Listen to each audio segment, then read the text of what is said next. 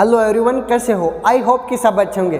दोस्तों, आज हम इस वीडियो में आपके जो एक नया चैप्टर है नंबर सिस्टम संख्या पत्ती, जो क्लास 9th का फर्स्ट चैप्टर है, उसको स्टार्ट करने वाले हैं। दोस्तों, इस चैप्टर से आपके जैसे आप चाहे कंपटीशन एग्जाम की तैयारी कर रहे हो या बोर्ड्स एग्जाम की प्रिपरेशन कर रहे हो, दोनों में एक क्वेश्चन 100% आता है। सो मैं आपको इस चैप्टर को आज ऐसा क्लियर करवाऊंगा कि आपके कोई कन्फ्यूजन नहीं रहने वाला। सो फ्रेंड्स, सबसे पहले हम देख लेते हैं इसका आज introduction part, introduction to number system. देखो, परिचय पार्ट कर लेते हैं। सबसे पहले हमने जैसे 6th क्लास में पढ़ा है कि संख्याएं क्या होती है, और उनमें भी प्राकृत संख्याएं सबसे पहले पढ़ा है कि प्राकृत संख्याएं कौन सी होती है। तो जो हम संख्याएं काउंटिंग करने में, जो गिनती करने में जो काम में लेते हैं, वो संख्याएं प्राकृत संख्याएं होती हैं। सो मैं आपको नोट करवाता चलता हूँ, आप नोट करते चले साथ साथ में। सबसे पहले बात करते हैं प्राकृत संख्याएं। तो प्राकृत संख्याएं वे संख्याएं होती हैं जो कोई काउंटिंग या गिनती करने के लिए काम में ली जाती है। जैसे कोई वस्तु हो, उनको गिनते हैं, तो हम जो भी संख्याएं काम में लेते हैं वो कौन सी होती है? प्राकृतिक संख्याएं होती हैं, प्राकृत संख्याएं होती है ना, नंबर। अब देखो, जैसे 1 2 3 4 ऐसे आप इन्फिनिटिव तक चलते चलो, अनंत तक चलते चलो। उसके बाद में नेचुरल नंबर्स आ गए हैं ना, इनको हम कैपिटल N से रिप्रेजेंट करते हैं। उसके बाद में पूर्ण संख्याएं। कौन सी संख्याएं? पूर्ण संख्याएं। तो देखो, कभी कभी क्या होता है कि जैसे इनको होल नंबर्स बोलते हैं। कभी कभी ऐसा होता है कि जैसे हम कुछ चीज़ होती है, जैसे मेरे हाथ में कितने मार्कर हैं? 1 मार्कर है। अगर मैं अब पूछूं आपको कि इस हाथ में कितने मार्कर हैं, तो आप बोलोगे कोई मार्कर नहीं है, तो मतलब 0 हो गया ना। तो यहाँ पे हमें 0 की कमी महसूस हो रही थी। तो हम जो प्राकृत संख्याएं हैं उनमें अगर 0 ऐड कर दें तो वो क्या हो जाती हैं?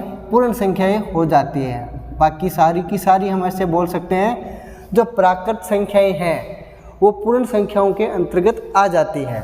ठीक है, ऐसे आप अनंत तक चलते चलो, जितने भी नंबर जानते हो आप, वो कितने भी बड़े हो। ठीक है, उसके बाद में देखो, पूर्ण संख्याओं के बाद में कौन सी आती है? पूर्णांक संख्याएं। अब फ्रेंड्स, पूर्णांक संख्याएं कौन सी होती है?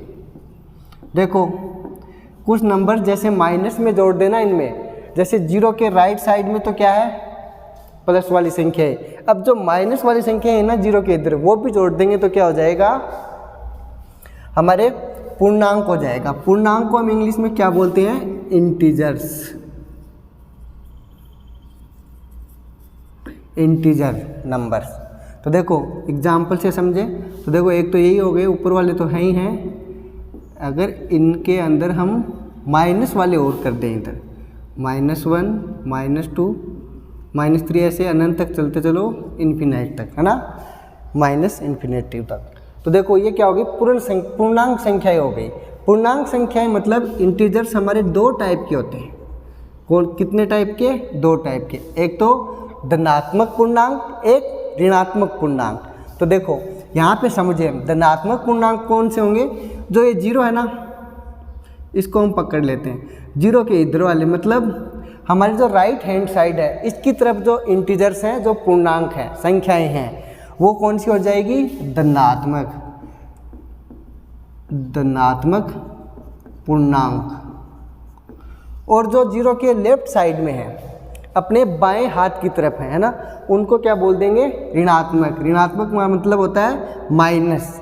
ठीक है, यहाँ पे अगर कोई साइन नहीं है संख्या के ऊपर, तो उसको हम कौन सी संख्या बोलते हैं? धनात्मक संख्या बोलते हैं। तो दूसरा कौन सा हो गया? ऋणात्मक पूर्णांक। Negative integers and positive integers. Examples की बात करें धनात्मक पूर्णांक की, तो ये 1 2 3 4 ऐसे इन्फिनिटिव तक चलो, अनंत तक। ऋणात्मक पूर्णांक मतलब ये 1 2 3 के माइनस लगा देंगे तो वो ऋणात्मक हो जाएगा। -1 -2 -3 ऐसे आप चलते चलो, कोई भी संख्या हो माइनस में, 1 2 3 4 5 6 100 ऐसे आप आगे चलते चलो। उसके बाद में इंटीजर्स के बाद में देखो, मैं आपको बोलूँ कि आपके पास में 5 चॉकलेट हैं, और इनको आपको 10 जनों को देनी है, तो आप क्या करोगे, आधी आधी चॉकलेट बांटोगे। तो देखो आधा आधा करेंगे तो वो कौन सी संख्या होगी, जैसे मतलब डिवाइड में फ्रैक्शन में होना, भिन्न में वो संख्या है, तो उन संख्याओं को हम क्या बोलेंगे। अब 5 चॉकलेट को हम 10 जनों में बांटेंगे तो एक आदमी की कितनी टॉफी बनती आएगी चॉकलेट, आधी, है ना। अब जो आधा लिखा है ना हमने 1/2, ये जो होता है इसको हम क्या बोलते हैं, भिन्न संख्या। लेकिन इसको भी हमने नाम दिया है क्या, परिमेय संख्या और अपरिमेय संख्या के अंतर्गत बात करेंगे।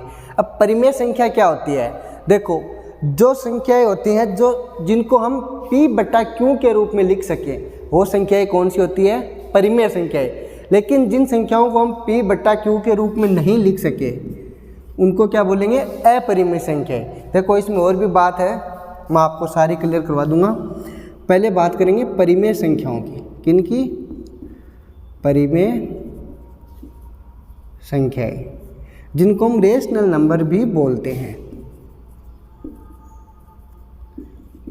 ठीक है फ्रेंड्स, परिमेय संख्याएं जिनको हम p/q की फॉर्म में लिख सके, जहाँ पे q की वैल्यू ऑलवेज नॉट जीरो होती है, q इक्वल नॉट जीरो, मतलब हमारे डिनोमिनेटर हर का मान कभी भी जीरो नहीं होता।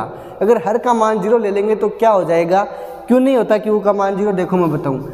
जैसे कोई संख्या है 5/6, 5/6, ये तो परिमेय संख्या है। लेकिन मैं यहाँ पे अगर हर की वैल्यू जीरो रख दूँ, यहाँ पे देखो 5 तो क्या है p और 6 क्या है q, तो ये p/q क्या हो गया, परिमेय संख्या। अब q का मान अगर मैं जीरो रख दूँ, क्या रख दूँ friends, zero, q equal zero, तो यहाँ पे देखो आ जाएगा जीरो। अब जब भी किसी संख्या में हम जीरो का भाग देते हैं तो वो क्या हो जाता है, अनंत हो जाता है, अपरिभाषित, इन्फिनेटिव। तो यहाँ पे क्या हो जाएगा, इन्फिनेटिव। और इन्फिनेटिव क्या होता है, जैसे पूर्णांकों या पूर्ण संख्याओं के अंतर्गत आ जाता है, प्राकृत संख्याओं के अंतर्गत। ठीक है, कुछ होता ही नहीं है, अगर जीरो का डिवाइड कर दे तो उसको हम ज्ञात ही नहीं कर सकते, ऐसे समझो आप, है ना। ये बात आपके क्लियर हो गई। उसके बाद में बात करें अपरिमेय संख्याओं की, अपरिमेय संख्याएं जिनको हम इरेशनल नंबर बोलते हैं। तो फ्रेंड्स, जिनको हम p/q की फॉर्म में नहीं लिख सकते उनको क्या बोलेंगे, अपरिमेय संख्याएं बोलेंगे। जैसे कि मैं एग्जाम्पल के द्वारा आपको समझा देता हूँ। पाई हो गया सबसे इम्पोर्टेंट एग्जाम्पल। अगर पाई की वैल्यू दी हुई हो आपको 22/7, तो क्या हो जाएगा, वो परिमेय संख्या हो जाएगा। कैसे, देखो p/q होता है ना, p की वैल्यू तो हो जाएगी 22 और q की वैल्यू हो जाएगी 7, p/q के रूप में लिखा जाएगा उसको, तो क्या हो जाएगी, परिमेय संख्या। लेकिन आपके पाई लिखा हुआ हो कि पाई है, वो परिमेय संख्या के अंतर्गत आता है या अपरिमेय संख्या के अंतर्गत। तो आपने पढ़ा होगा कि पाई की वैल्यू है ना, वो 3.142 ऐसे आगे चलती जाती है। आप डिवाइड करते चलोगे, आगे चलती चलेगी, कभी ख़त्म नहीं होगी। तो इसका मतलब ये हुआ कि ये संख्या पाई है ना, ये क्या हो गई, अपरिमेय संख्या हो गई। आपके शांत दशमलव, अशांत दशमलव भी आता है ना, उनकी भी बात करेंगे हम। लेकिन इसका मतलब ये हुआ कि जहाँ भी पाई दिख जाए या इट्टा दिख जाए आपको, है ना, तो ये सारे के सारे किसके अंतर्गत आ जाते हैं, अपरिमेय संख्या के अंतर्गत आ जाते हैं। उसके बाद में इट्टा नहीं होता इसके अंतर्गत, सॉरी।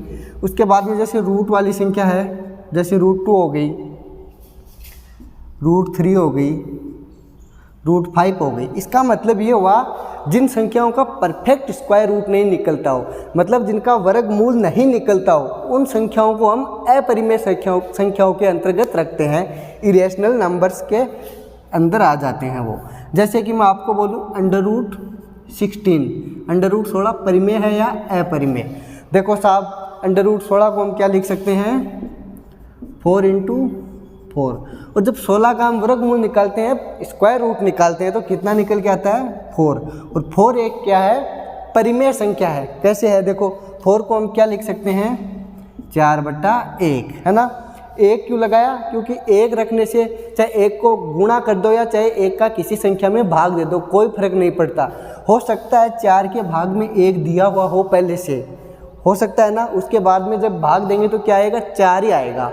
तो इसका मतलब ये हुआ कि 4/1 के रूप में लिख दिया ना, तो ये हो गया p/q के रूप में, p की वैल्यू 4, q की वैल्यू 1।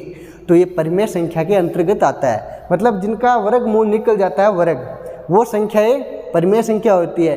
लेकिन जिनका वर्ग नहीं निकलता, जैसे कि √3, √5, √7, √8, ऐसे जो भी संख्याएं वो अपरिमेय संख्याओं के अंतर्गत आती है।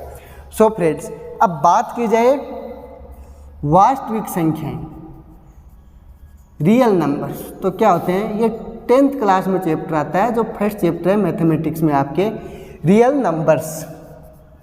तो रियल नंबर्स क्या होता है, देखो आपने जो भी परिमेय और अपरिमेय नंबर अभी तक पढ़े हैं यहाँ से ऊपर, वो सारे के सारे आपके किस में आ जाते हैं, वास्तविक संख्याओं के अंतर्गत आ जाते हैं, रियल नंबर्स में आ जाते हैं।